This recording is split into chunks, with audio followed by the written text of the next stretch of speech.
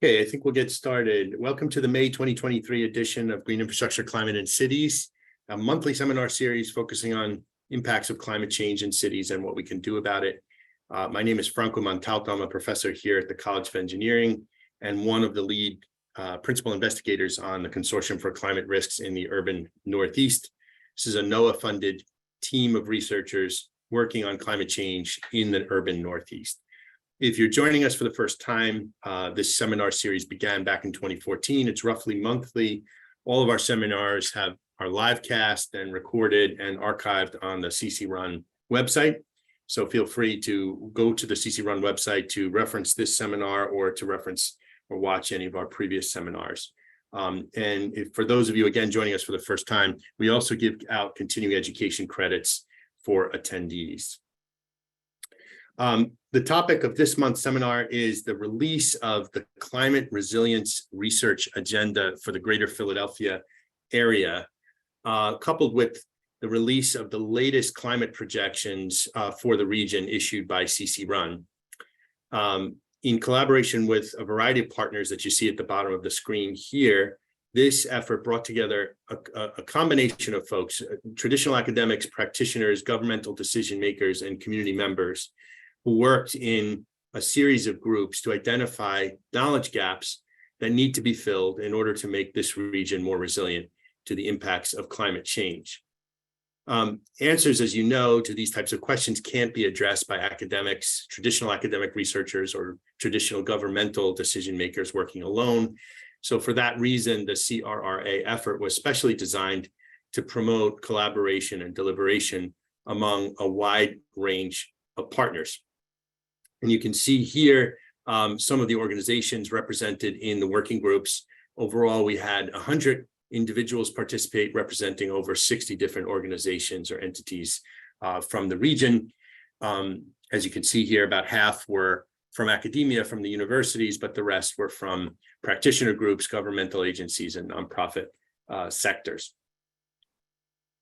The way that the CRRA process worked is individuals were organized into 4 different working groups, and you can see the 4 different working groups here. Each working group had 2 co-leads, one person who worked at a university or was an academic background, and another who was either in government or a practitioner group or nonprofit sector. And together, these individuals organized a series of deliberations. This was happening during the summer of 2021. Most of these deliberations, actually, all of these deliberations actually had to happen virtually due to the pandemic. But a series of deliberations to come up with a set of research priorities in these different areas. So we're fortunate today to have a number of the co-leads with us. And the format for today's seminar is we'll start with Dan Bader, who is the project manager for CCRUN and was also, as you saw, one of the co-leads of the Climate and Cascading Risks working group. So Dan will kick off the presentation by giving an overview of the latest and greatest climate projections that CCRUN has generated based on the most recent IPCC CMIP 6 projections for the Philadelphia region. Once Dan has presented those results, we'll then go to a more informal set of comments, remarks, and discussions with the other co-leads who are here today. And I'll introduce them just very generally right now, and they'll introduce themselves when they make their remarks. So Kermit O, who's a land, food, and environmental organizer. Katera, who works at the Delaware Department of Natural Resources and Environmental Control. Jin Wen, who's a colleague of mine here at Drexel University. Christina Rosan, faculty at Temple University, and Charles Ellison from WURD and ecoWURD Radio. So with that, I will just remind you that please use the Q&A to ask questions. I'll be monitoring the Q&A box, and I can, in the discussion section, I can pose your questions to any of the individuals who are here today, and then we'll break into discussion at the end. All right, so thanks again for joining. Let me stop sharing, and Dan, you can take over control of the screen.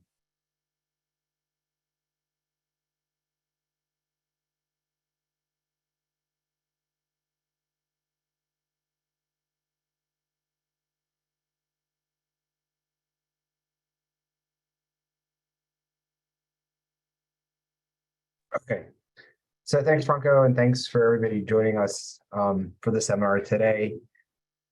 My name again is Dan Bader. I'm a scientist at Columbia University, and I'm also the program manager for CCRUN. I'm just going to quickly talk to everybody and introduce the updated climate projections for Philadelphia that we have been working on and were able to release in conjunction with the release of the CRRA report. So the timing really worked out aligned nicely that we were able to include the latest science because one of the fundamental components of the CAP-RESA program is stakeholder-driven science and informing our stakeholders with the best available local information, which these projections certainly are.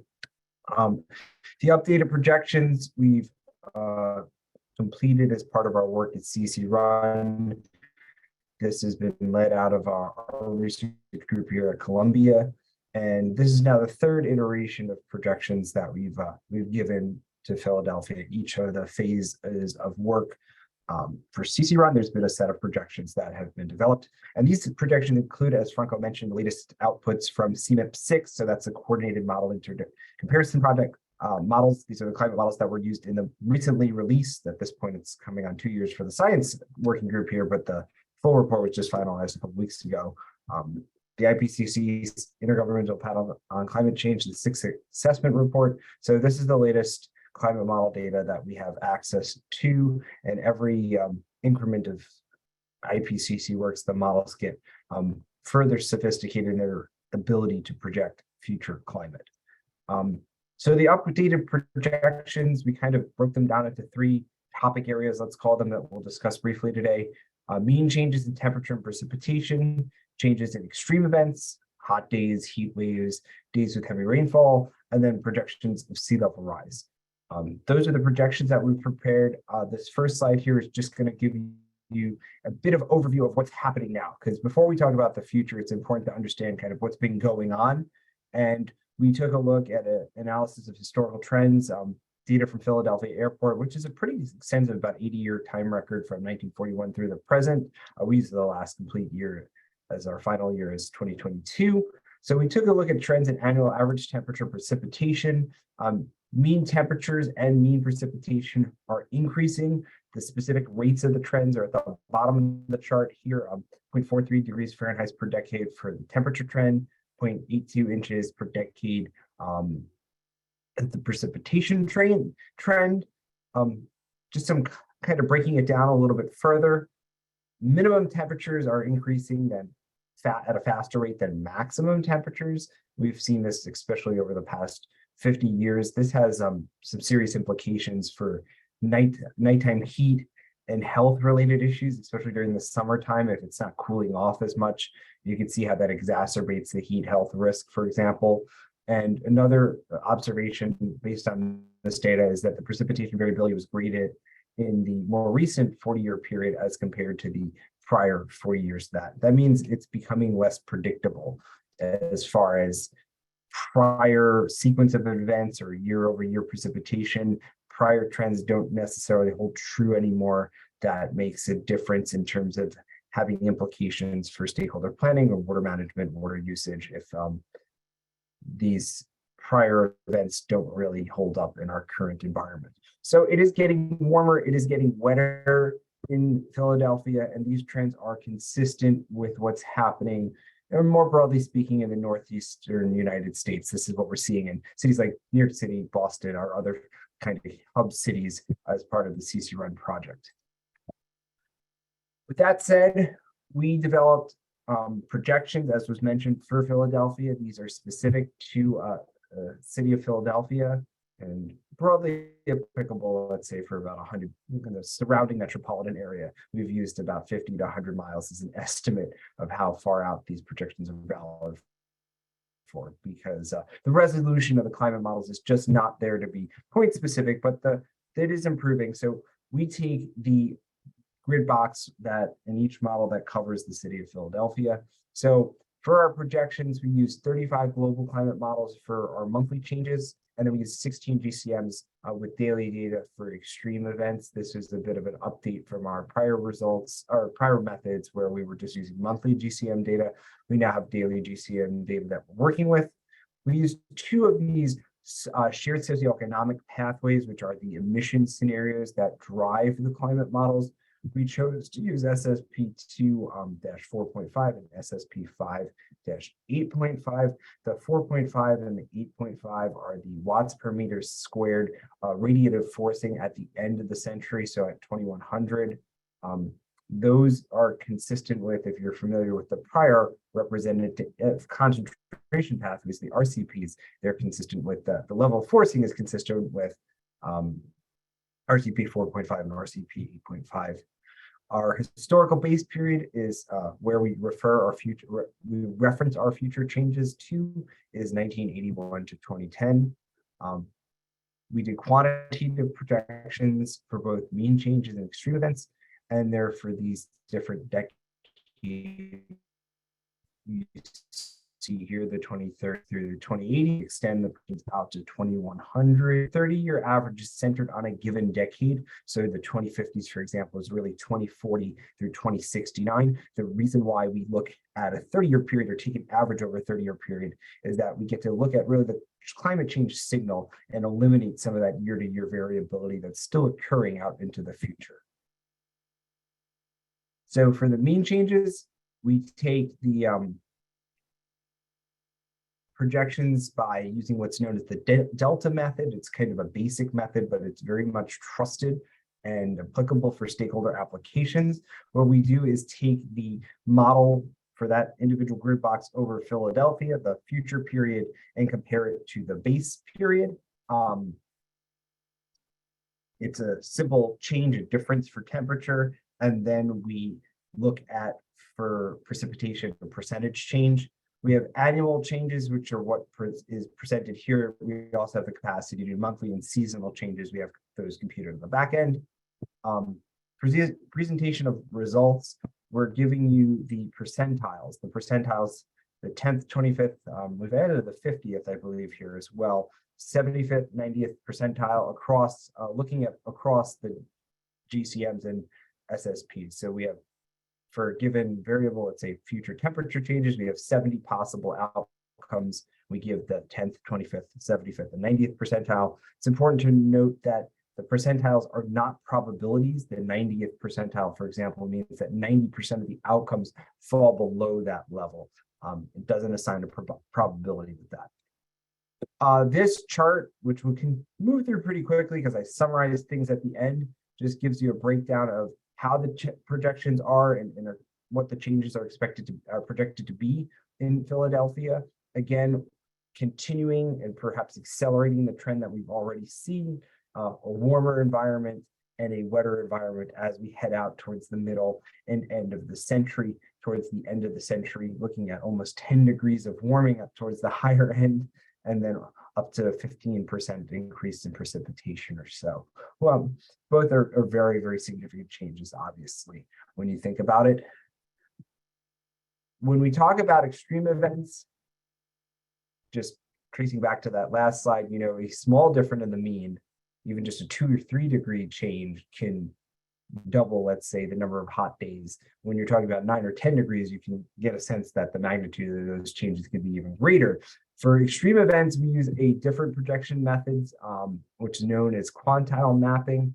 I'm not going to get into the details about it here, but basically what we're able to do is produce a synthetic daily time series for the future. So this would be a 30-year daily time series of maximum, minimum temperature or precipitation. It's trained on historical data with modeled projected changes applied to it. And from those synthetic time series in the future, we are able to look at how these hot individual extreme events will change. Again, same percentiles are presented as they were previously. This time we're looking at the 2 SSPs and only 16 GCMs. 3 future time periods we've honed in on here, the 2030s, the 2050s, and 2080s. We have the capacity to expand those projections as needed.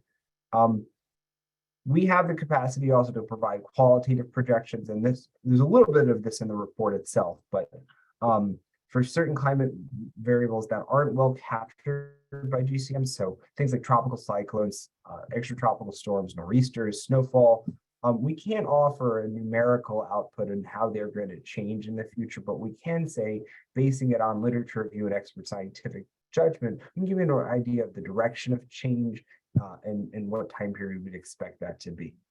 So we also have that capacity. This chart is just taking a look at how the extreme events are going to change. You look at hot days, the number of hot days is projected to increase, cold days projected to decrease, heat waves getting not only more frequent, but also slightly longer in duration. Precipitation, the number of days with heavy rainfall, those are also projected to increase. One of the limitations with our methodology is that it doesn't well capture how these events are going to change, since it's trained on historical data and applying model changes onto it. So it doesn't seem significant, but we have seen in the Northeast an acceleration in these heavy rainfall days, and just a few days more per year can cause a significant amount of impact as well. And we tend to see now that it is raining quite hard when these storm events are occurring.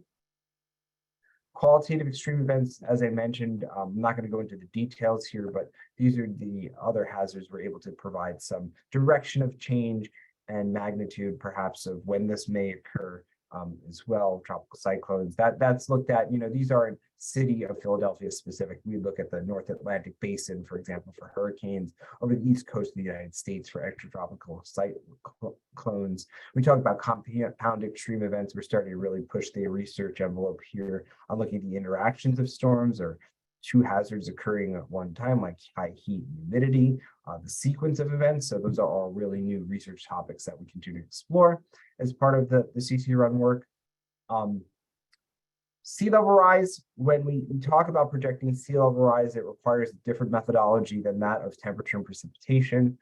For this round of projections, instead of creating a novel approach as we did previously, we relied directly on the data from the IPCC. So we took 3 of the IPCC sea level rise scenarios, again, SSP 24.5 and SSP 5.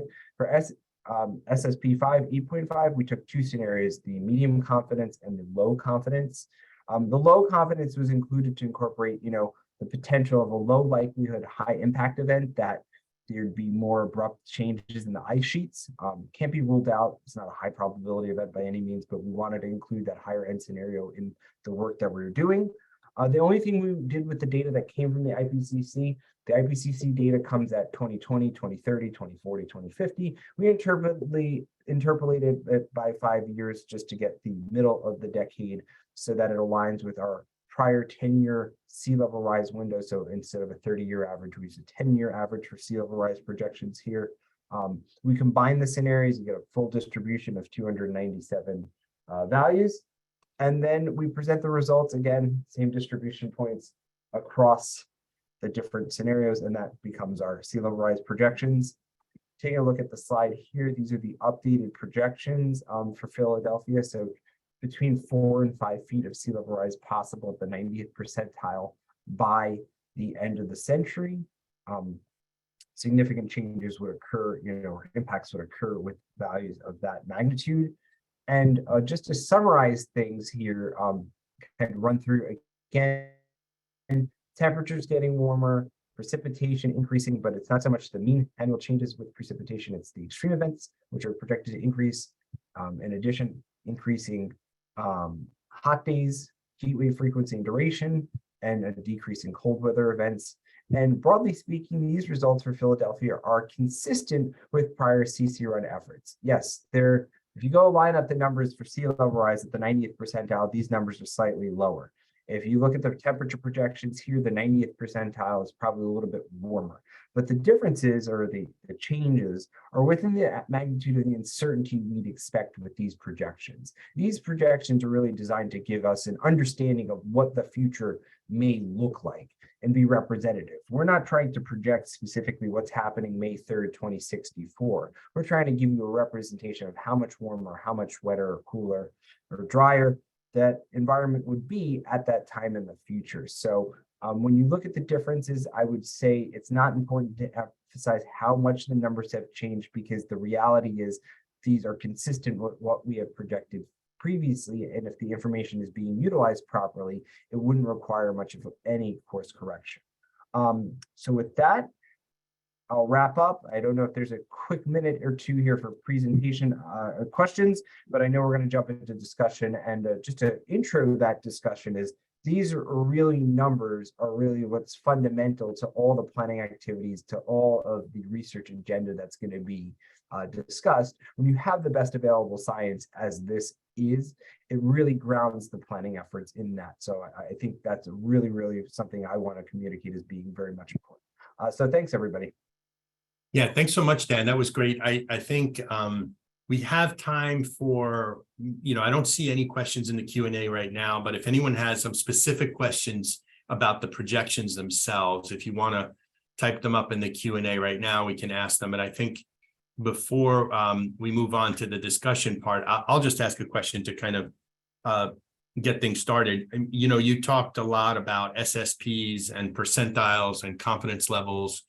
And I know we have a lot of practitioners in our audience today. And I wonder, if you have any, what does a practitioner do with these ranges that you provided? I mean, can you, do you put the SSPs ahead of the confidence levels? Do you put the confidence levels ahead of the percentiles?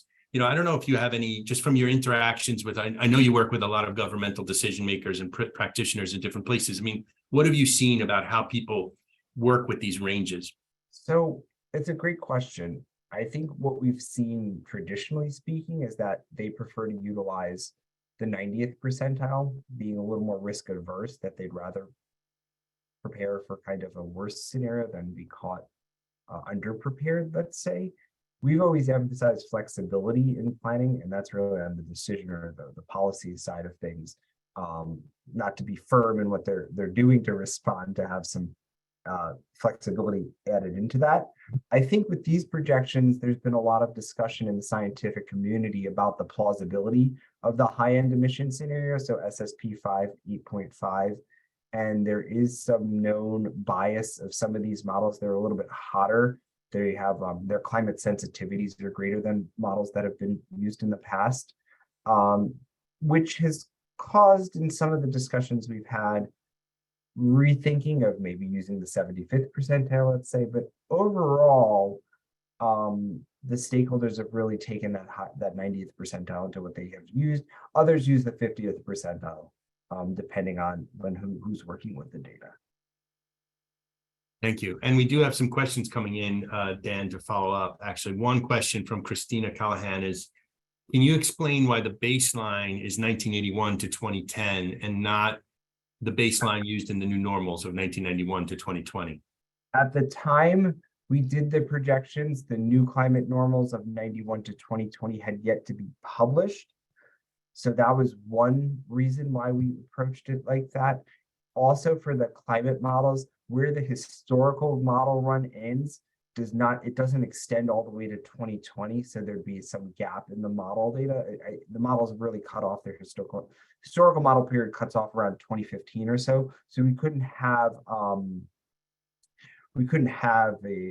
base period from the climate models if we did that. And for the next question I see about the ranges in each, the projections are always relative to that baseline period. So the 5 degrees of warming by the 2050s is relative to 5 degrees warmer than the current environment now. The current environment or the baseline period? The baseline period, which is kind of our current conditions, let's say, or close to it. Great. And there's one more question from Edward Niblock about where this information will be available. And also, well, I can answer that. This will be, we will be launching a website with this report posted on it, and that will be announced soon. The website is being finalized right now. And the question, though, is about humidity levels. Will they increase with temperature? There is a projection for increased relative humidity in some of the climate models. It's a variable that the models don't necessarily handle as well as temperature precipitation. I would say with respect to humidity, the biggest concern is the combined impact of heat and humidity, looking at how heat index may change or wet bulb temperatures changing, those getting greater. And also just a warmer environment, you have the capacity to hold more moisture as well. And we certainly within CCRUN have the capacity to extend projections of heat index. Should it be of interest to the city of Philadelphia, it wouldn't be much additional effort on our part to go about and prepare those projections. Assuming we have the underlying historical information that we need, which we may not even have to worry about observed data, we could easily extend those projections as needed. Great. Thanks so much, Dan. And I guess we were going to go sort of down the list of our co-leads and have them sort of give some reflections, remarks based on what you presented. But maybe I'll just, before we go through that, does anyone have, any of the co-leads have a question for Dan, specifically as pertains to the projections and the relevance that they might have to any of the research objectives that came out of your working group? Maybe just focus on that for a second, and then we'll go through the list. Kermit, go ahead. You probably saw this coming, Dan, but what you presented obviously was pretty arcane and hard to follow for people who are non-technical or non-experts. I wonder, what can we do to sort of distill this for quote unquote regular folks to understand how significant this is? Because I mean, I imagine beyond just the technical language, like if I hear like, oh, temperature's going to go up by 5 degrees, like that doesn't sound like a big deal, but I know it's a huge deal, right? So how do we make this digestible and the severity of this meaningful for folks? We've tried our hardest in the written materials prepared for the research agenda to make it commutable, but it's our job as scientists to continue engaging with stakeholders or whoever is using the information to really translate it. Unfortunately, it's not an easy process, but it requires multiple conversation, kind of a back and forth approach, which I know we've discussed a bit about in the past, to really drive home the significance of the numbers. Yeah, if you change your thermostat 2 or 3 degrees, you may not know the difference, but from a stakeholder perspective, if that doubles your days over 90, your productivity, if you're an outside labor, if outdoor labor you're looking at, it's crippling in some respects. So it's a back and forth process. The beauty of what the CAP and RESA program that CCRUN is funded by is designed to do is allow us as scientists to be accessible and to continue the conversation after today, to really establish those relationships and continue, answering questions as they come up. But we did try to put the language in a manner that is a bit more friendly than probably how I talk. So I apologize if it was a bit technical. Any other co-leads have questions about the projections? Go ahead, Christina. Thanks, Dan. I have a kind of a two-part question. The first one, I was wondering if there's like anything that really surprised you in this more recent update. And then the other piece I'm curious about is, what about kind of more localized impacts? Is that something that you're able to get from the data you have, or does that require a whole new level of data? I just wanted you to speak to that. Thanks. So when you refer to impacts, can you please just clarify what? Yeah, I mean, not all neighborhoods are going to have the same level of urban heat island impacts or flooding impacts. So, does your data, like at what scale can this data actually get us down to? Is the data granular enough that it could help us think more strategically about environmental justice at the neighborhood level? So unfortunately, the data is constrained and it's not local, and certainly not to the neighborhood level of what we want to be working with. But that doesn't mean it's not meaningful or there isn't stuff to take home from it. And one of the ways we can drive this information is try to understand what's happening now. So if we have knowledge of kind of what the background environment looks like, we know which neighborhoods are vulnerable, which are hotter than each other based on if there's any local monitoring networks or programs that have started. we know that those neighborhoods would stay warmer in the future. Just kind of at a very, very basic level. The science continues to advance. There are some, research projects that I know our team is working on, like with the one that Franco and Philip are doing with Eastwick, that is looking at kind of flood modeling in a neighborhood scale level. So we can continue to work on those applications where it will take modeling that is kind of fine scale modeling, let's say, that can simulate those impacts. It's a challenge, the science is definitely advanced. The GCMs are getting more precise in their resolution, and our understanding of what's happening at the micro scale from a climate sense is also. So I think those connecting is probably where the advance is. To the first point about what surprised me, some of the models are very hot. And that's because their climate sensitivities are quite high. So I think that high end, that 90th percentile, even above, is a little bit higher than the last projections. And there's been a lot of commentary over whether that high end RCP or SSP is going to emerge. And there's been certainly evidence that casts doubt on it, let's say, or it may not be as plausible. But that's one area I think that's still to be determined, I would say. Jin?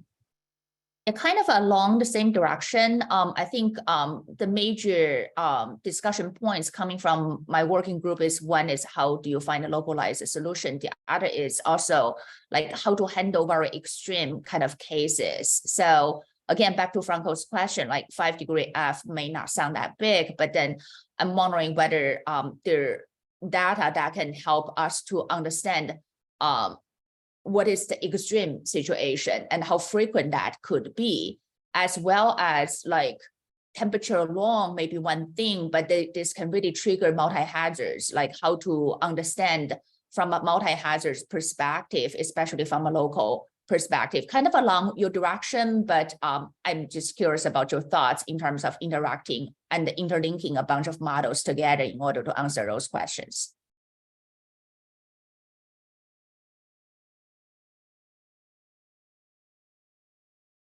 And Dan, do you want to take that? I mean, one of the things that I know I've done with these projections is use them to perform what I'm calling a climate perturbation or a stress test. So, if I'm running a localized analysis of, say, flooding in a particular place, and I'm assuming a certain sea level, this range of projections says, well, what if that flood happened with that sea level or that sea level or that's, and I can pick the worst case and use it as a perturbation, right? That's what it's like, just a perturbing what had happened in the past to see if it had happened in the future.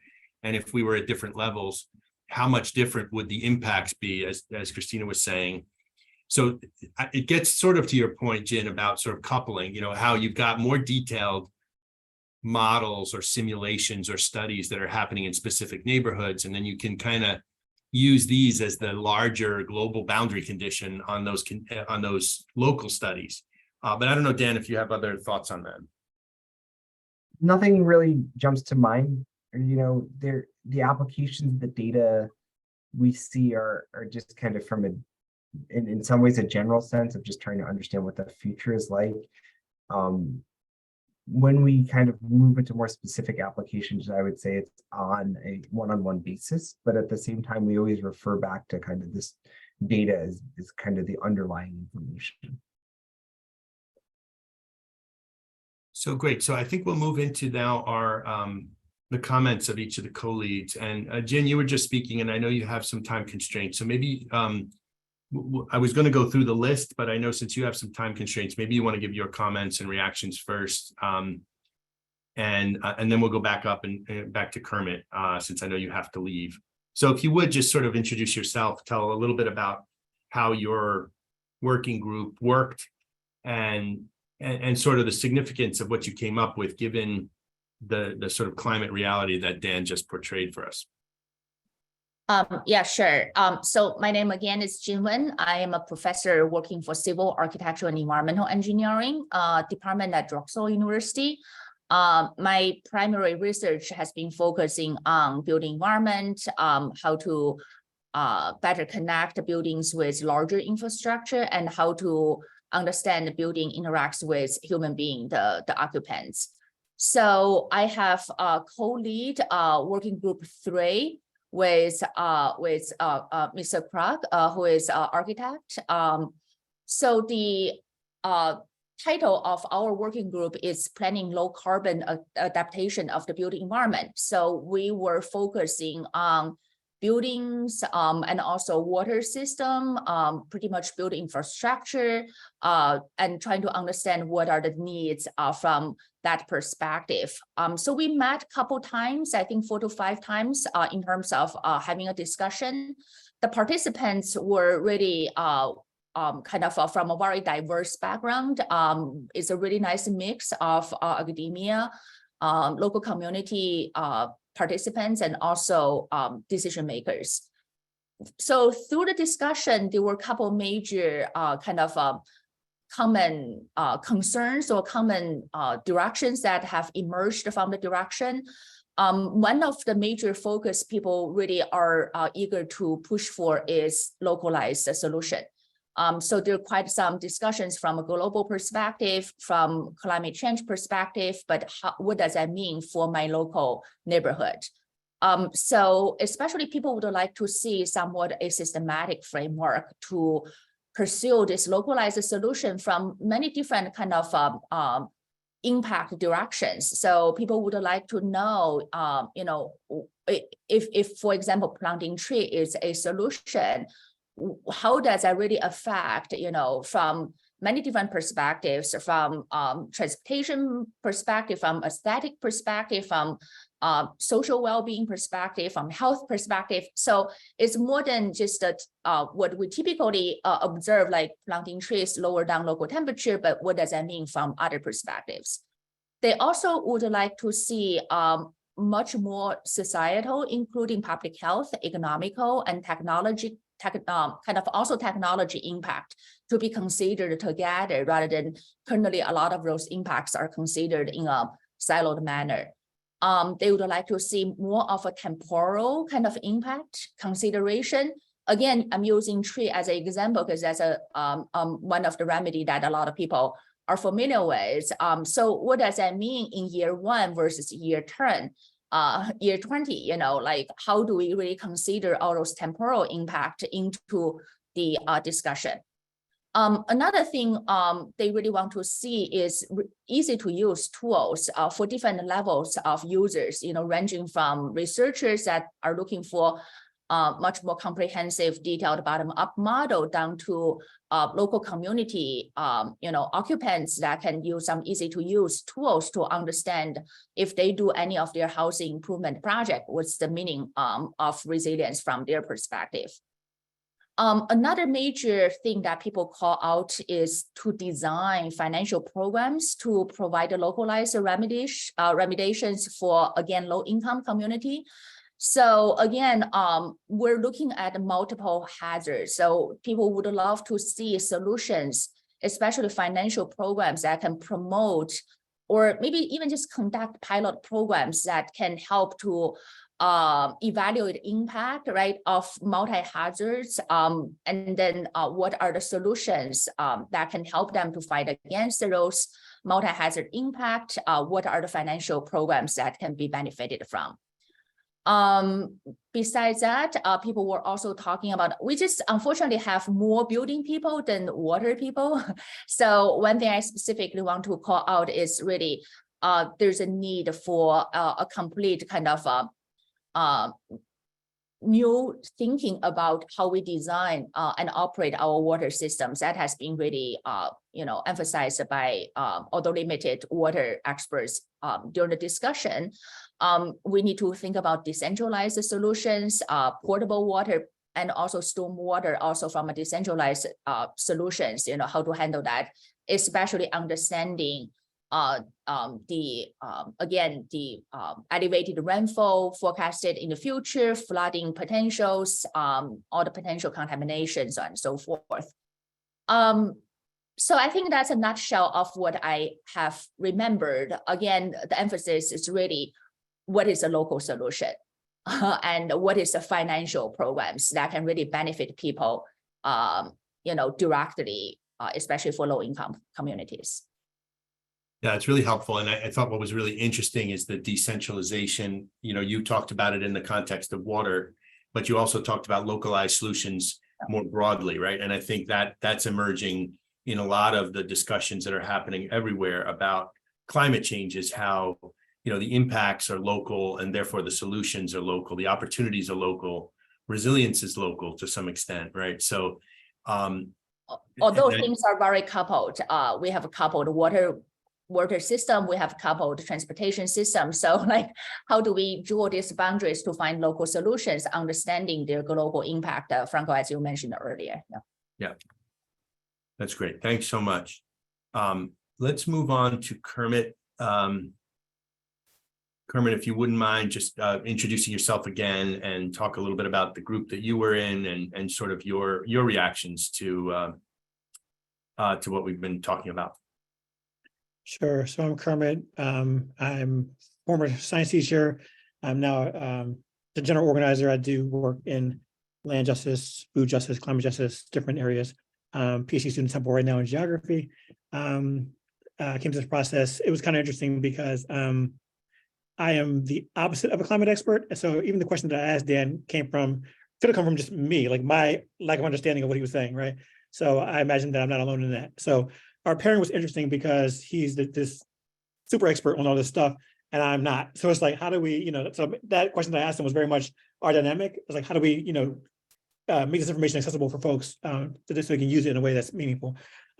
So I don't know how granular you want me to get in terms of describing what the process was. But actually, before I get into that, one thing I want to say is I really appreciate what Jin Wen said about, and what you said about decentralizing things. I want to add also that what's important is redundancies, right? Because I think the recent chemical spill kind of demonstrated the need for that. So if you only have one plant that's treating the water and something's wrong with that plant, or you know that plant is contaminated, then what? You know what I mean? So having the bigger infrastructure and then also that being bolstered by local, smaller scale solutions at the same time is what we need to do, because that's redundancy is really important to resilience. Okay, so in our working group, and so me and Dan were colleagues, like I mentioned, we kind of had a pretty structured process where we just had the group in the beginning sort of talk about just concerns around climate, like what are the big level concerns, and then we kind of broke those down into sort of dependent variables, and we used that structure of that to create questions. So like, how will independent variable shape dependent variable, right? And that's kind of this high level process that we started with.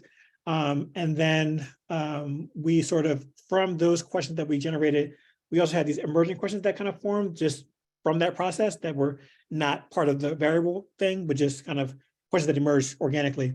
And then from there, I think back to this a while ago now. Let's see, then we took those questions and we, I don't remember what the second step was.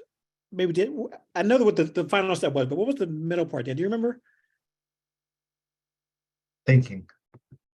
We refined it.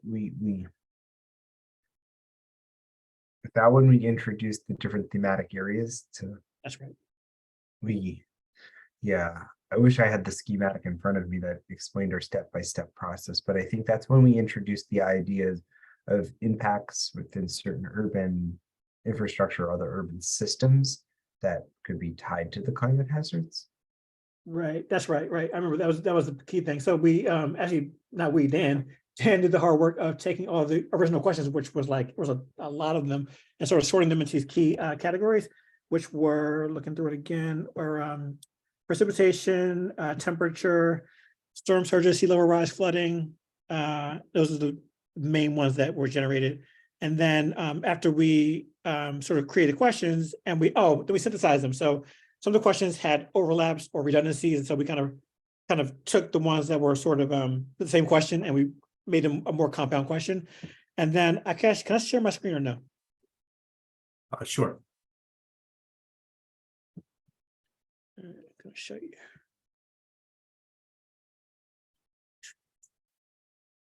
Okay, so this was our process here. So from the questions that we generated, we put them through this filtration process. So, the first question, this is a sample, it's not one of the actual questions. but it was a pretty generic question of how summer energy demand projected to change in the future climate. So then we filtered that through timescales, short, medium, long term, because that's kind of what we want to know. And then here you can see here the revised question right here, based on that filter. So the parts in pink there are the additions to the question or modifications to the question based on the filter. And then the second filter was which climate variables or extreme events and cascading events are relevant to daily experience. And then you can see here from that filter, the question became more complex. So we did that with pretty much every question and created this longer list of, by subject area for each question. And then we ended up breaking that down to, I think in the end, it was maybe like somewhere between 9 and 12 questions total. But they were really rich questions that kind of informed where we thought the research should go from there. And I think I'll pause there because there might be something else to say later in terms of, I think, the follow-up, like what we talked about in terms of community participation and things like that. But I guess I'll stop here for this part. Yeah, and thanks for going through the process. It's really helpful to see. And just, I didn't mention it earlier, but the report itself has all of those resulting questions that have, through your filtering process, and they're listed and numbered. And so we did that deliberately so that folks can kind of reference them really well. So thanks for that description of the process. And Katera, do you want to take it from here?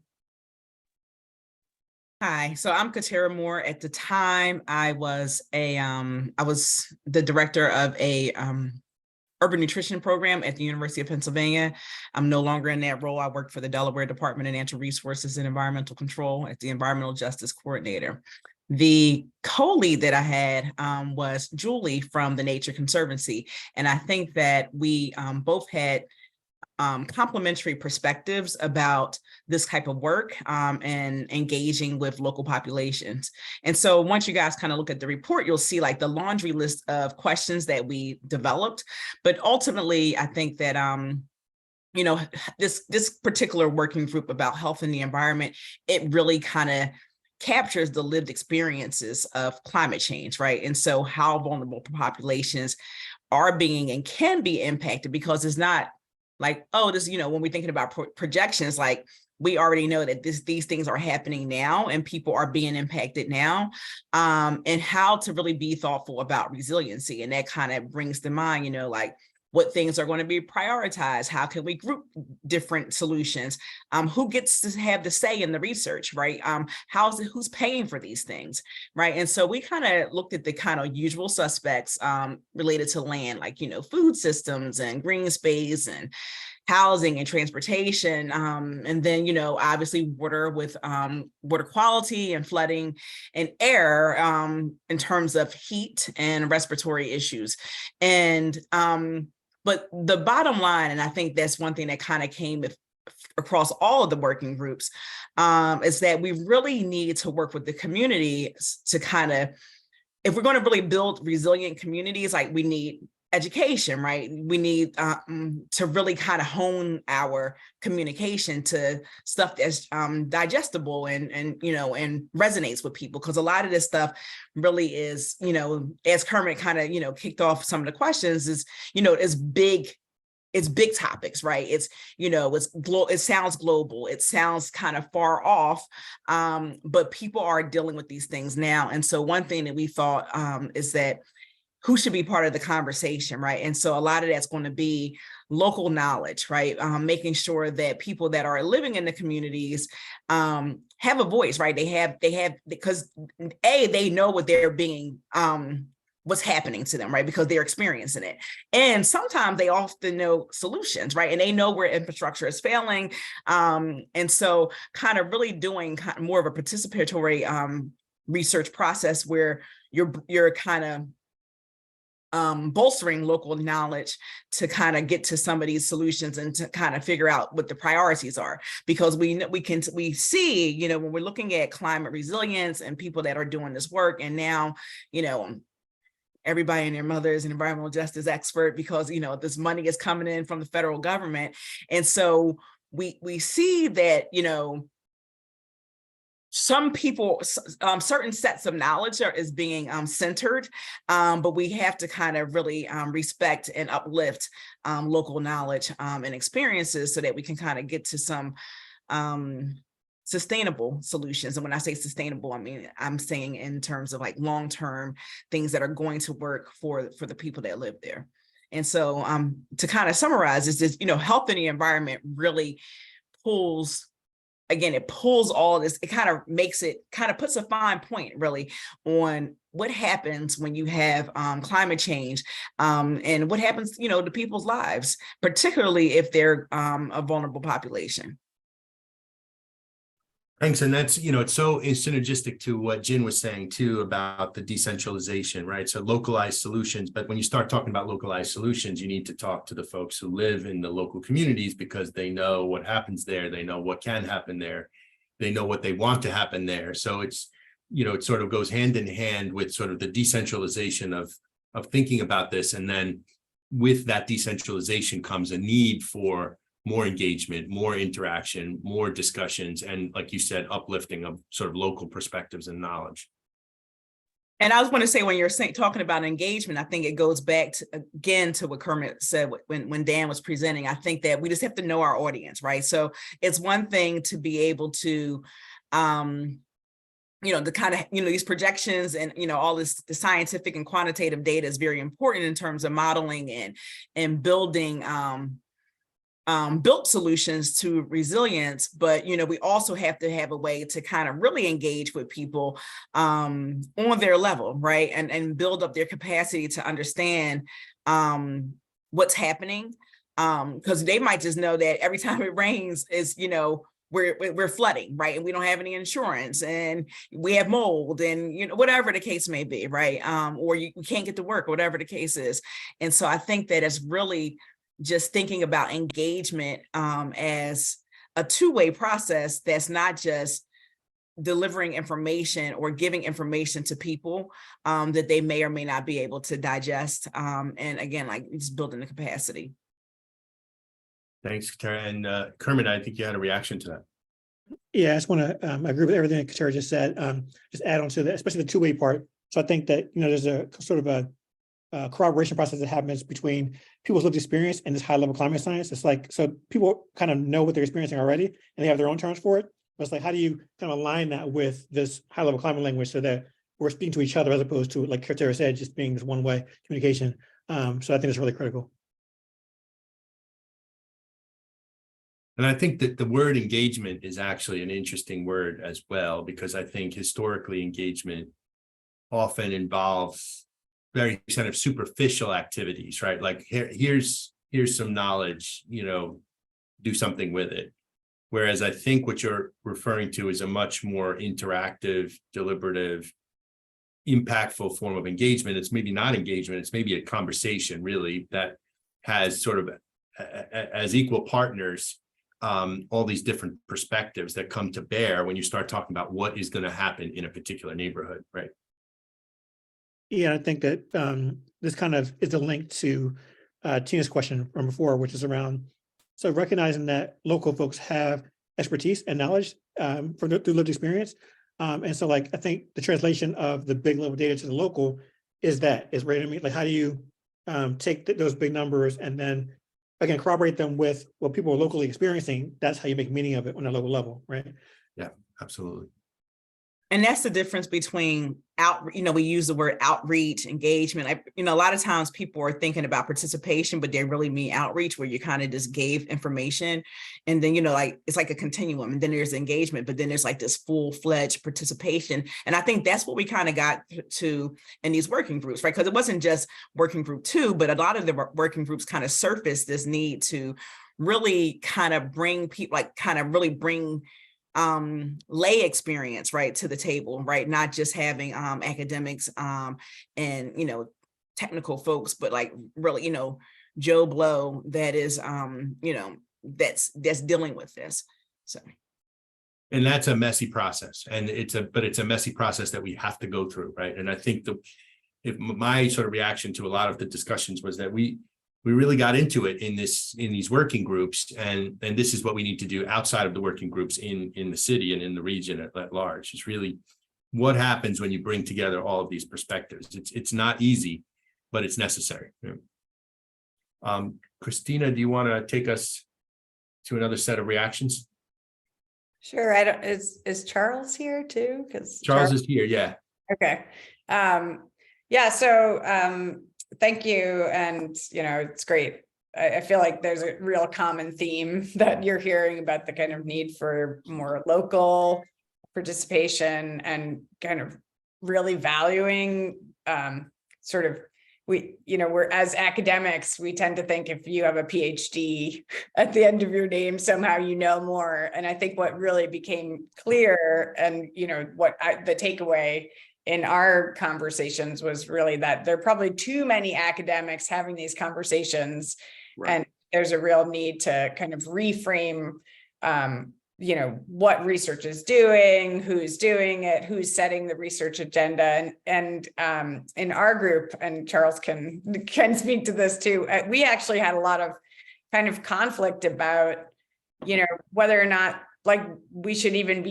we even had the right people in the room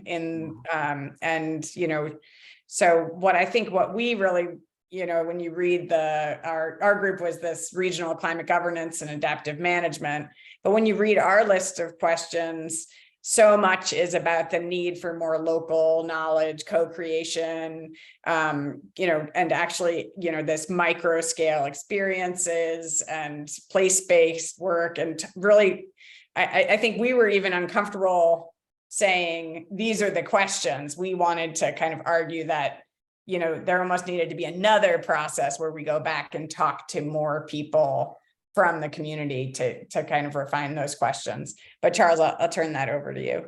Oh, no, Christina, I like how you open that up, and I can absolutely attest to that. And so, and I originally come out of public policy, political strategy work, and then just sort of accidentally fell into journalism and, doing for a long time a daily broadcast on WURD and talking directly to those audiences. And so having some sensitivity to those localized or micro conversations to people who are being directly impacted in neighborhoods, particularly in overburdened and distressed neighborhoods, in neighborhoods like where I grew up in the Logan section of Philadelphia that are, or neighborhoods where they're dealing with urban heat island impacts. And so we're having these high level conversations, and there was a lot of some reluctance and hesitancy at certain points, maybe some guilt.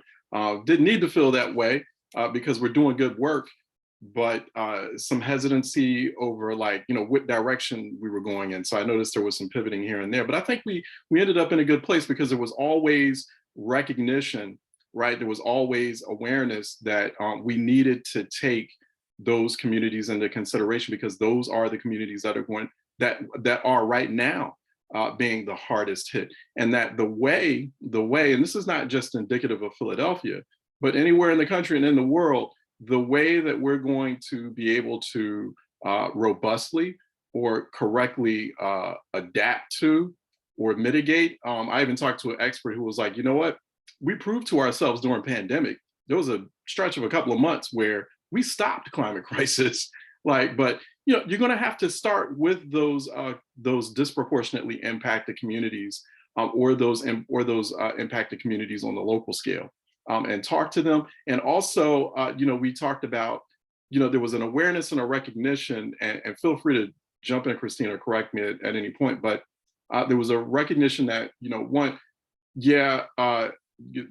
proper climate crisis response is going to depend on just understanding, governance structures, how state local government operates, the level of community interface with state local government, and also, federal policymakers kind of in the mix there too, how policymakers are responding to their constituents. And in Philadelphia, as you can see, they're not doing a very good job of that. So, this presents us with an opportunity to push them too, because it was definitely, at least I walked away from that, and it's just my feeling, my own personal feeling, that climate crisis is the #1 issue affecting Philadelphia. Philadelphia just doesn't realize it yet because it aggravates and it triggers and it intersects with so many other issues, including gun violence. Because the hotter the summers get, the worse the gun violence is going to get, right? And policymakers just don't want to seem to understand that. People in the community are looking to the policymakers to kind of lead them on that. Another last thing here too is that recognition that on that community level, making sure that that community members are empowered, right? That they're empowered, that they have some skin in the game, right? That they're a part of that governance process or managing climate crisis response. Kind of going back real quick to Dan's presentation, which I totally appreciated. We need to know the scale of this threat that we see over the horizon.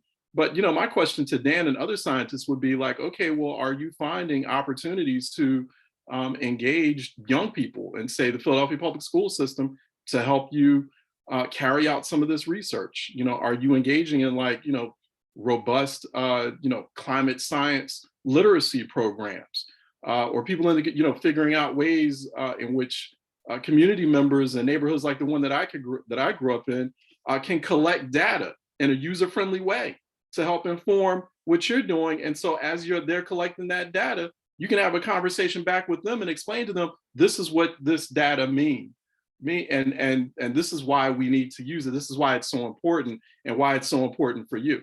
Right. So so it's I think that scientists can't, there is an opportunity, a door that's open for scientists or people who are collecting that data to have direct conversations or interface with people in the community. So empowerment is real key here if we're to govern this correctly. And then we definitely did talk about what that looks like regionally as well, because populations are getting displaced, of course, and then you add affordable housing crisis on top of that, and overburdened populations are being displaced out into the suburbs, et cetera, but they're still going to be dealing with those same climate impacts. So I'm going to stop and then let Christina jump in if I missed anything.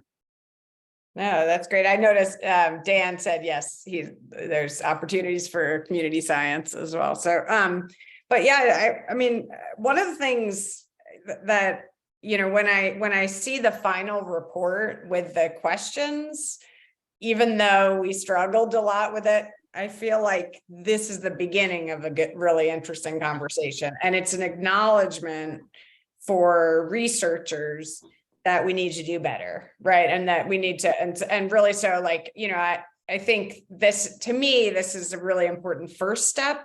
And I think where we want to figure out is what's the next step? What do we do with all of these questions? How do we,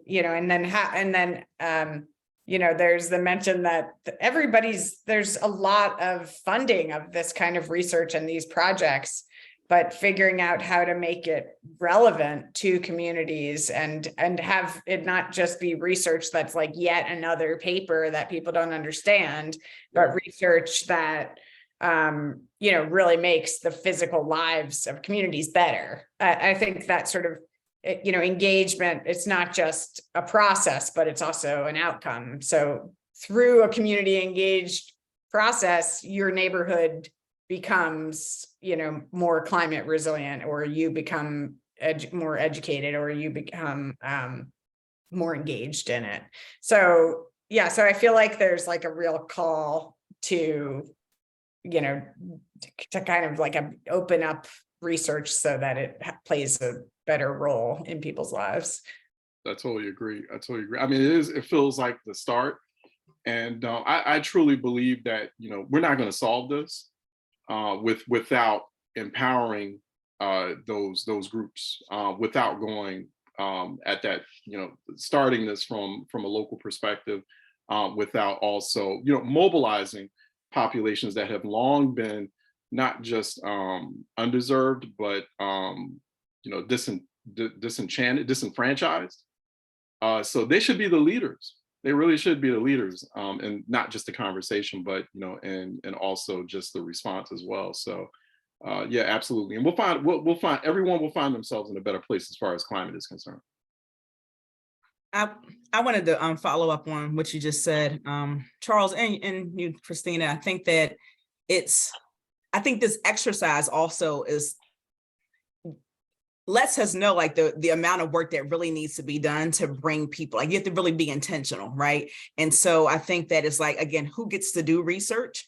You know, who has the right to pursue these things and identify what questions that need to be asked. I think that is really, you have to kind of take a step back and kind of almost decenter yourselves as research, or ourselves or whoever as researchers and the people that produce knowledge, and think about the human beings, right? And I think that we're seeing that really in this, you know, as you kind of look and see like who's been getting access now to all of this money that's coming in about environmental justice and climate. It isn't communities. It's not communities. It's, you know, environmentalist organizations that have centered themselves in the conversation. So we're seeing that now, right?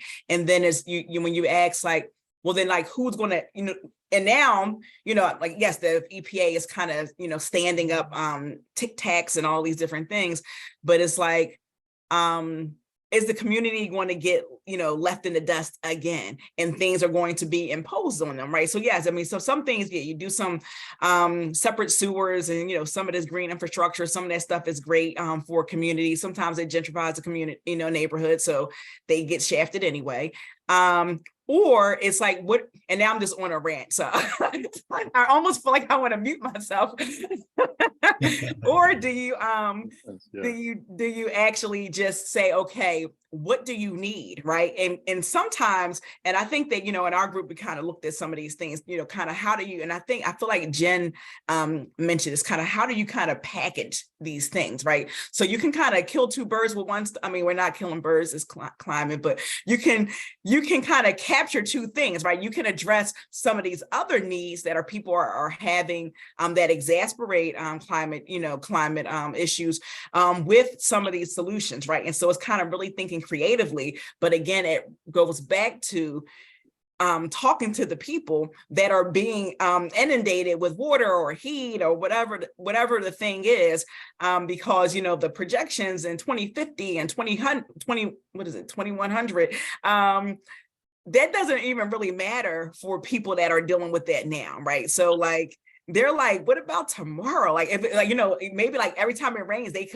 might just be in a state of panic, right? Because they just don't know what's going to happen. So I'm going to mute myself and I'm not going to say anything else. I just wanted to say bring in here, and I know Kermit, you have your hand up, but Margarita, who's one of our guests, made a point that really is sort of apropos to what you just said. She said, it seems you could generate more input from the public by tying these factors to experiences that people have, like the expected lifetime of their child, or how long their building will last, or, you know, changes in their work environments. And, you know, then you get beyond, you know, 30 years in the future seems like, oh, well, who cares, 30 years in the future. But if you think about that as like, hey, that's when my kids are going to be joining the workforce, or when my kids are going to be having kids, then all of a sudden it becomes much more real. So sort of just changing the language that we use when we talk about some of these things, I think just sort of follows up. So Marguerite, I like that comment. Kermit, go ahead. So I'm having a bit of an ADD moment, so I hope I can put this all together in my head. But I think there's a reason to be cautious here, because we're talking in the right way in terms of making, giving people agency and empowerment and so forth. But that shouldn't translate into individual or local responsibility, right? So it's not like we expect the folks that are most impacted to take it on like, oh, how do they revise their behavior? Like, oh, you're the most impacted, so you should stop littering, or you should change your eating habits, and you, like, what should you do on an individual level? That's nonsense, because, you know, there's a whole scale here, right? From the individual up to the nation state and the corporations and the people who are causing the most damage, right? So it's like, and I think this is kind of captured in the dynamic around the funding and also, you know, the IRA and so forth. So what I mean is, you have a crap load of money coming through, right? And it's almost entirely inaccessible to regular people, like Katera said, because there's so much coming out, and this the sort of logistical know-how you need to have, just even, first of all, know that this money's coming, where it's going. How do you take advantage of it? How do you apply for grants? How do you even, it's happening so fast that people's heads are spinning. I know mine is. So how do you actually get it down to the level of an individual or smaller community groups to actually access the money. And meanwhile, there's a sort of sleight of hand going on, because like, hey, we're giving y'all billions of dollars, right? We're the good guys. Meanwhile, we're also opening up lands in Alaska for more drilling, and we're totally continue to subsidize fossil fuels. And so it's like, okay, we're the good guys, we're giving you money. EJ, we care about that. But secretly, not secretly, we're also at the same time driving the climate crisis forward. It's going to destroy you. So that's a weird dynamic where it's like, hey, yeah, we want to empower people at the same time that we are, with our superior capacity, greatly harming them. So we got to be careful about, where responsibility lies, and it still lies with the big actors. Thanks, Kermit. And I wanted to sort of bring in another comment in the chat from Christina DiGiulio, where, who makes the point that, we often, when we're talking about pollution, we're talking about legal limits, but then there's health limits, right? So there's this, we can have a whole discussion about legal limits and then miss the boat on, which I think is kind of the hypocrisy that you're pointing out, right? On the two different directions. We operate on two different scales, and in some cases we're shooting ourselves in the foot. But her question here is, how does all of this change? How do we translate this into health-based thresholds, which I think what she's talking about is sort of human scale. How do we translate this into human scale impact, so that since those are the ones that sort of vividly help us to understand what's at risk here. I don't know if anyone wants to respond to that, but I just thought Christina's point was sort of built on what you were just saying.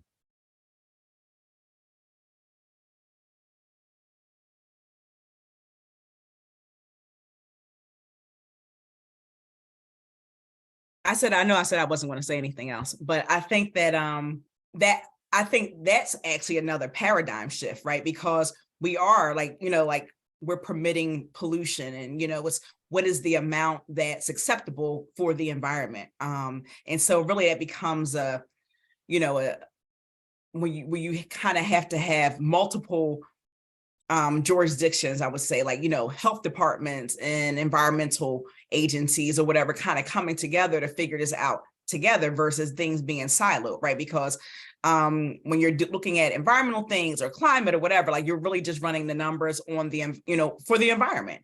How much, what's the Earth's carrying capacity, back when people used to say that kind of thing. And now it's like, really, okay, so what about people's health? And we see that around the nation, where you have in some cities and in some states, you have combined health and environmental control departments. And so they are able to identify ways to kind of put a number on that, to determine what is the acceptable risk, through some of these health and, what health impact assessments or whatever. You see it in Chicago. Colorado is a state that has a combined environmental control and health department. And so that's where you kind of have to kind of really reach across or beyond your discipline or whatever that might be. So this really is an interdisciplinary approach that kind of has to break down silos, and it has to center people, right? Because people have not been centered in environmental concerns, because it's the air, it's the water, it's the, but it's like, literally, if you center the people, then we can get to, what was it, this human scale impact or health-based thresholds, because that's not where we are at this time. And I think that's why what they're finding now is everyone's trying to figure out cumulative impact, right? And all of this stuff. And cumulative impact is not just, let's see how many air permits we have, or let's see how many whatever. It has to be like, okay, it goes back to the human beings, right? And so, but that's not really part of the model. It's, because health is over there, we're doing environment. So I think that, that's going to be beyond, what we on this panel can do. Yeah. Katera, to your point, we've proven that we've experimented with that over at WURD, because now, 7 years ago when I started on WURD, was doing the daily public affairs show, and I used to talk about environment every day, and I used to get this really visceral, knee-jerk reaction from the audience, primarily Black audience, that didn't want to have those conversations. And so they're like, we've got other things to deal with. I'm like, nope, we're going to have this conversation because this is directly related to those conversations you want to have, and this is how.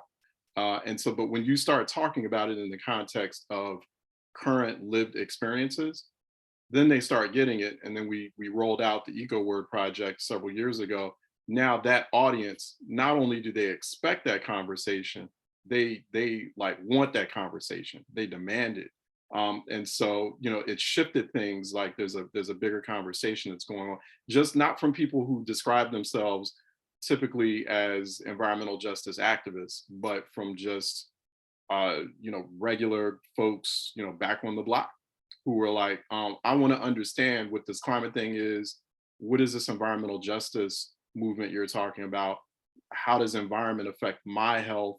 Why are asthma rates so high?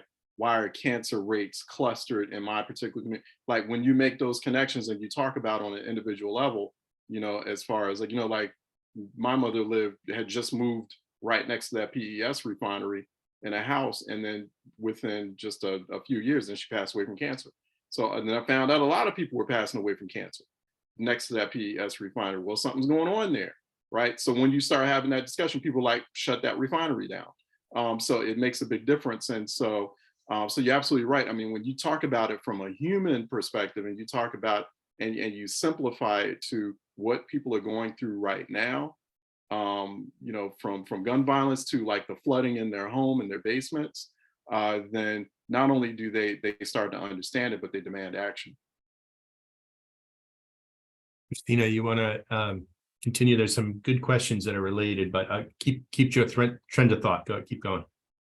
Yeah, well, I mean, you know, Charles, I saw you at the mayor's, you know, at the Academy of Natural Sciences asking the mayors like, hey, what about trees as a policy solution and for gun violence, and really like connecting the dots. I think that it can be a really valuable role of researchers, is to show the interconnections.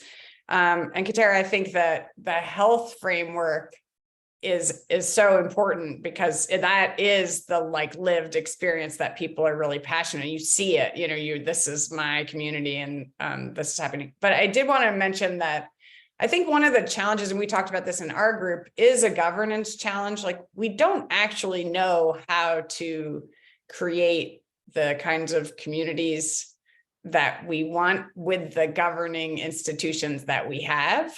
So we need to, and Katera, that's why your example is really cool, where it's like, there's actually some shifts in thinking that need to force governing to change also, right? These two, the health and the environment people, need to start working together. So I feel like there's, I mean, even in this process of thinking about what are the research questions, I think there's, you know, there was a lot of like discussion about kind of the role of research, but I also think we do need to also connect with the role of government and thinking more intersectionally as well. So, you know, I think that, you know, I appreciate Charles kind of pushing the mayoral candidates on it, and, you know, making sure that stays on people's radar. Yeah, and so that does connect to, you know, Lisa is, you know, pointing out that public participation in Philly and I guess other places is mostly outreach and distribution of information before and after decisions are made. So this is what we're thinking about. And then, by the way, this is what we just did, which, you know, she's pointing out it leads to weaker solutions and less public buy-in. And, you know, then is asking the question about, or making the point that you need to have a more general public conversation. And then I want to link that to MJ Wilson, who's asking, are there models of this type of outreach or engagement that really were effective? And I guess to your point, Christina, you know, in terms of impacting governance, are there, you know, you said she said something really interesting, which is that we don't really know how to govern the communities that we want to create. I think you said something like that, but are there models of how to at least get that way that are being implemented in other places that any of you know about, that we might use as an example of what to aspire for too? Yeah, I can weigh in on this one. So I'm going to also comment on what the other panelists have said too. So my direct response to that question is, right here in Philly, you got organization. It's not going to governance level. It's usually on the level of small organizations. So the example I would cite would be the Community Design Collaborative. I've seen them do work with communities where they, you know, kind of go in and they have inquiry session where it's like, getting a sense of what people need and what they want. And then they come up with solutions based on their expertise. And then they come back. This is the key part. They come back to community and say like, hey, based on what you said, here's kind of how we translated that. Here's how what we proposed, kind of in line with that. Does this work? Does this make sense? Does this actually align with what you said? And then it may not. So they actually know this part doesn't work, this part doesn't work, go back again. And that cycle of going, feedback and then return and so forth between community and people that make decisions is the part that the city is always missing, right? So it's like, hey, we'll do a survey, we'll do community engagement, you can do public comment for city council, and we'll, or to the land bank, for example, and we'll hear your comments like heard, yeah, we've recorded for the minutes, great. What do you then do with the information, officials? We don't know. And then things keep happening the same way. And what it sounds like is that you're not listening at all, right? So, but you get to say, oh, we totally did community engagement. We did a survey. We listened to y'all. All right, but we need the receipts. Like, you know what I mean? That's not there. So, and this is a governance issue, I would say, because, and there's a kind of a word that Katera said, which is key, which is silos. And I think that word came up a lot in our working group meetings, because like we have this massive city bureaucracy and all these different departments that do all this seemingly separate work, and they're not talking to each other. And then the department that is the most relevant here is the Office of Sustainability, and they have no actual enforcement power. So I know for a fact that OOS is often advancing recommendations around policy stuff, talking to the health department, talking to all the different departments about what they could be doing to improve this crisis, but they have no ability to actually enforce that. So it doesn't end up mattering, you know what I mean? And so, and this gets at Charles's point too, around connecting the different pieces like gun violence and climate and flooding, and they're all connected, right? So right now you think about this mayoral race, and the big thing people are talking about is gun violence. And it's not, I don't think because they care about it as much, it's more because they think that's what people care about. And so, if you go to a candidate's website or, listen to their platform, whatever, and they don't mention climate at all, in my view, that's disqualifying, because not just because climate is the biggest issue, but because you're not thinking holistically at all. If you don't have analysis of gun violence that flows through climate, you don't have analysis of food justice that flows through climate, you're not thinking in that way, then you're not qualified to run the city, point blank. I think that, and I hear you too, Kermit, with that. It's just, if that's like not on your radar, then like, what are you even doing? But I think that is, there are some examples. I think they're emerging right now, because I think that, like the EPA and the White House is kind of promoting this kind of cross-cutting approach. So you see this kind of thing emerging. I know that some of the way that NOAA manages some of their projects, this resulting in some of these climate resiliency hubs, but they're able to kind of have this kind of cross-state jurisdiction with some of the funding they do, and so some of this kind of collaboration that they're forcing. So I think NOAA's ahead of the game in terms of what the expectation is to engage communities and come up with solutions. And I think maybe looking at their climate resilience hubs could be a first start. I think that you're seeing it again now, and like this idea about community engagement, right? Not this bogus, let's pass out some information. We're doing this, and we did it. We had a meeting, but like really, let's surface your input. And I want to say I might be misspeaking, but I think it's in Tennessee, where they were going to do all of this kind of, I think it was wastewater, or it was something that was happening with the wastewater, and because of the flooding and all of this jazz. So they came up with this fabulous plan, and I'm going to figure out what state that really is. And they rolled it out to the people because they already had a plan, and the people are like, wait, what? You're going to put that thing on, let's say, A Street? If you do it on A Street, that's going to be a hot mess. Actually, 2nd Street is where you want to put it. And then that's what they did. And it actually ended up by listening to what the people that actually lived there had to say, they actually came up with a solution that worked, right? Because otherwise they would have spent, $1 gazillion to do something that would not have, that they were not aware of, that did not come up on the models. Like the models didn't tell them that A Street was flooding out. The people that were living there did. So you're seeing it around the country, these kind of one-off projects, but I think it's going to become, theoretically, you know, at least for the next couple of years, is going to become the norm, the expectation, because that's how, you know, the money's coming out. And it remains to be seen what happens there. But I think now is the time, like literally, like we probably have a good 18 months to codify whatever these processes are going to be that are going to engage people and to try to get to solutions, because, you know, there's no telling what's going to happen next. Yeah, and you know, there's a couple of questions here about, you know, what's going to happen with this report, who's going to get this report, how does it impact decision making, and you know, you just talked about the next couple of months, and of course we have, you know, an election coming up in Philadelphia. But I wonder what, if any of you want to comment on, you know, so to Linda Rosenwein's question about, you know, what has been the reaction? Well, the report hasn't been publicly released yet, and that will be happening soon, and we will get that to everyone who's registered for this. But you know, her question is, how is research changing because of this? How is community projects changing? And then Ruben David is asking, you know, how will government entities that have jurisdiction over various permits or approval processes, you know, how might this report impact them or be delivered to them? And I just wonder, you know, I struggle with how to get this report out. I mean, it's a very clear message that you're all describing came out of this discussion. It's decentralization, you know, of solutions that gets us into local communities. There's local knowledge that comes to bear, and that means more engagement and more discussions with local partners who are part of developing the solutions. That's loud and clear, but how do we get that message out to the folks who currently make these types of decisions? Kermit, go ahead. So I think there are already people doing the work in pretty much every community, right? Especially whatever EJ issue you're talking about, somebody in place probably working on it. And I think the idea of silos doesn't just apply to the city, but it applies to the city to the government. It applies to the city more broadly. So you might have in one neighborhood 2 organizations working on the same exact issue, but for some reason don't know each other at all.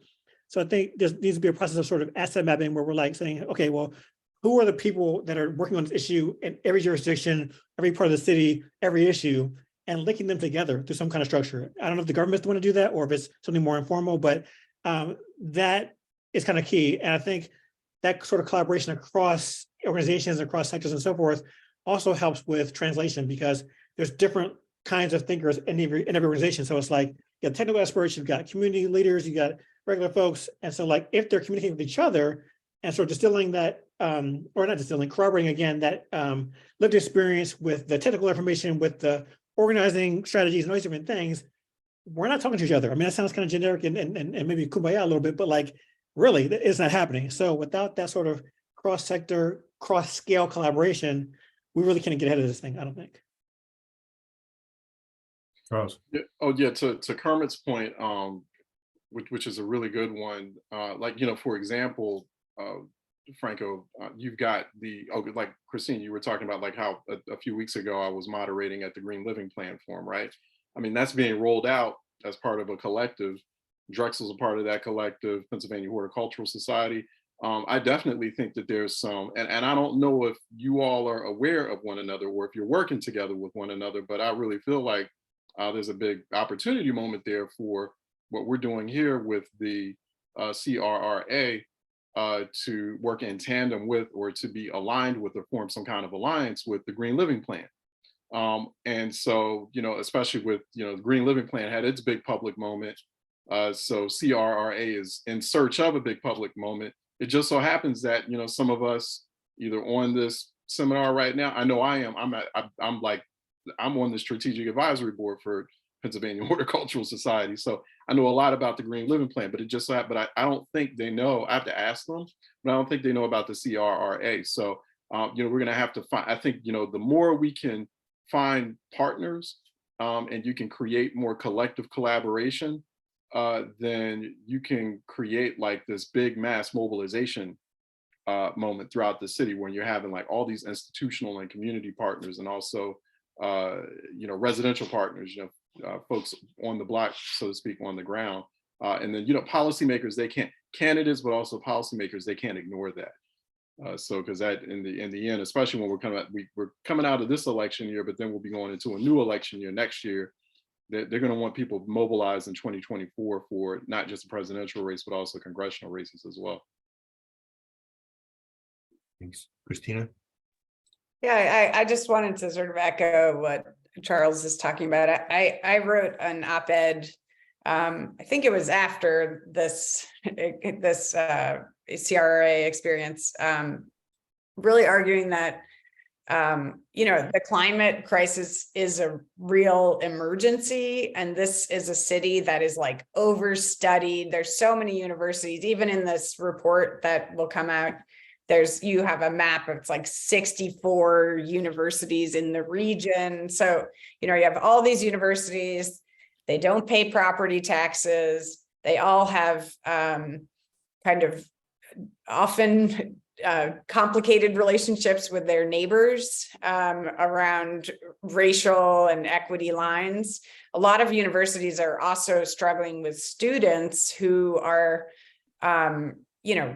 kind of going through this like climate crisis. What am I gonna do with my life in this? I'm graduating into this world that's really on fire. So I think there's a real opportunity, and you can see sort of and Kermit's talking about this too. This city is full of kind of activism and universities and communities who are engaged, but we're just not good at coordinating and at kind of finding the common way forward. So, Charles, I love your idea of like, yeah, there's the green plan, connect with the CRRA, and then like, let's get all of these, instead of, everybody running around competing for these funds and, overtaxing communities and asking them to like, can you be a community participant? Like, let's go big and figure out how to really get real tangible change. There's a lot of money coming down, and I can imagine it could be used really well and help support communities, or we can continue in the silos, everybody for themselves, everybody take a little piece, and we can end up not solving the climate crisis. So I feel like there's an opportunity, and we need to kind of figure out how to work together. And I do applaud you guys, Franco and Corinne, and everyone who was a part of this, for like, this is a very first step in a much longer process that I hope we continue. Yeah, absolutely. And I do want to acknowledge Corinne, who's watching. Corinne used to be at Drexel, is now at the Office of Sustainability, and really had a key role in making the CRRA process go through. So just a big thanks to Corinne. And I, one of your comments, Christina, just reminded me of something that I had written in a proposal that I had written to the National Science Foundation recently to create a network of networks focusing on climate. And that was that knowledge is sparse, right? We do, if you think of a university and its surrounding community, there's a certain knowledge base in the university, and there's a certain set of needs in that community, but they're not necessarily synchronized, But on the other hand, if you think of a network of universities, you think if we start working together, it's sort of like just right to that point of the need to collaborate. If you start networking together, then you can tap into networks of knowledge that come to bear in local places. But you can't do that if these entities are operating in isolation. And I think, a tribute to NOAA was mentioned. I think Katera, you mentioned it earlier. I think NOAA is not just because they're funding this seminar series, but a lot of the NOAA initiatives are actually requiring engagement and not just engagement in a very superficial way, but actually, how are you working directly with communities? How are the needs of those communities driving the research agenda that you set up? And I think that's where it's going. It's more collaboration. It's more working together. And so, figuring out how to do what we're trying to do here is really figuring out the larger problem of how we all work together. But Kermit, I know you had your hand up, and then Dan. Actually, I want to let Dan come in because he hasn't talked in a while. But I'll weigh in afterwards. I just want to quickly echo Franco's point and just kind of say from the programmatic level at NOAA, one of the biggest things we're being tasked with or asked as far as our reporting for NOAA is our engagement at the community scale, at the neighborhood level. It's evident in all of the things that we're being tasked with. And they often refer to CCRUN, our program, as a leader of the different CAP RESA teams that are working at that level. So they've highlighted some of the work we've done in Philadelphia. They've also highlighted some of the heat vulnerability work we've done in New York City. So as this process continues to be iterative and we continue engaging and coming out of the CRRA process as well, those examples are really what they want to see us reporting and kind of fit the mold of where the NOAA just kind of CPO Climate Program Office research objectives are kind of shifting. It's evident in the conversations we're having. Thanks, Ted. And so keeping with the same theme, I want to add another layer to the whole talk about silos and the need for collaboration. So there's like organizational and sort of spatial silos, but there's also temporal or time-based silos. And what I mean by that is, Charles talked about the idea of linking up the Green Living Plan with the CRRA. And I think it might even be in the CRRA or somewhere related to this, where you kind of lay out all the different plans that have been made over the past like 10 years or so. And then people keep starting over again. So it was like, Green Living, Clean Waters, there's a new water department plan, there's this thing, there's the Green Living Plan. And it's just like, okay, why do we keep creating new plans when we haven't actually delivered act on the plan that we created 2 years ago, 3 years ago, 10 years ago? We've been talking about climate for a while now, and we keep on coming up with these plans. Somebody's got to do the work of like, hey, again, I keep using the word collaboration. What's the overlap between those different plans that can kind of inform what the priorities are? Because if we keep seeing the same points pop up in all the different plans, those are probably the areas we need to focus on. But also bringing in that wisdom from the people and so forth. So I think, there's just this, the silo effect is crazy on multiple levels. Yeah, and the silo effect is one challenge, but Margarita in the Q&A is bringing up another point, which is also the long-term follow-through, right? So, we're talking about this, but I think a real challenge, an even bigger challenge, I think, than breaking down silos is staying there for the duration, I think academics in particular are unfortunately very good at starting conversations and then moving on to the next conversation when the funding stream dries up. And these problems are not going to be solved in overnight, and there really needs to be a wave of sustained long-term interactions between all of us with all the resources we bring to the table, whether it's local knowledge or scientific knowledge or relationships, or as Charles was mentioning, his connection to this larger board that does other things. We need to sort of figure out a way to continue to work together. And I think the longer we work together, the silos gradually, as we saw within the CRRA process, there were initially, people found themselves in the Zoom room and they're saying, well, why are you here? Why am I here? But then gradually the collective conversation emerges and becomes clear. But then if everyone just disappears, you went through that harsh period to get to something, and now you got to nourish it and build it and have it go further. And that's, I think, a really difficult challenge. Maybe we'll be forced to do that. Maybe the risks and the impacts are going to be such that we're going to keep bumping into each other in the same communities, trying to solve the same problems until we really do learn the lesson that we must work together and we must continue to work together, right? I'm not sure, but I just wanted to make that point. I think Margarita stated it really well. If people aren't stupid, they need to believe when you say that you'll be there for the duration that you're really going to be there. Dan, go ahead. I know you were next. Oh, maybe his hand. My point was the one about Noah. So I jumped in already. I just never took my hand down. Sorry. Oh, okay. Christina, go ahead. Yeah, no, I think this concept of kind of long-term working together is really important. I think we also need to build trust, and a lot of what we're talking about is trust, right? So you don't, and that's actually one of the challenges I would say that we had even with the CRRA project is, I organized with Charles that working group, but I've never met those people in real life. It was all on Zoom, and so but yeah, like as you build trust and kind of government I think like there's certain things that academics can be good at. There's certain things that we're not good at. There's certain ways we can be helpful to government officials. I think government officials are kind of tired about sort of being criticized all the time by academics, and there's actually in some ways a need for academics to kind of move into the solution space and I think if you look at our list in our group of like kinds of research that we want to see, I think a lot of it is about like best practices, so I think that's also a different way of thinking about the role of research, as research is like kind of opening new possibilities.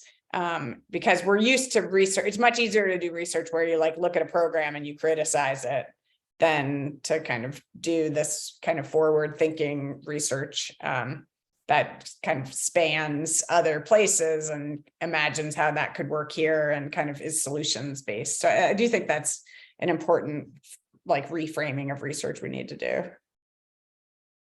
Yeah, and I was having a conversation earlier today with someone who was actually writing a piece on universities engaging on climate, and I was pointing out that if you do this work authentically as a researcher, it does often put you out of your comfort zone, right? Because the question that needs to be answered isn't necessarily the question that you have been working the last decade of your career to answer, right? And so then there's a delicate situation you find yourself in, which is not speaking out of turn about things that you don't really know about, but at the same time, bringing to bear your knowledge and bringing in your relationships and your contacts so that the right question gets answered. And I think that, that's a challenge to many of us, because of where it takes you is not where it's not predictable necessarily.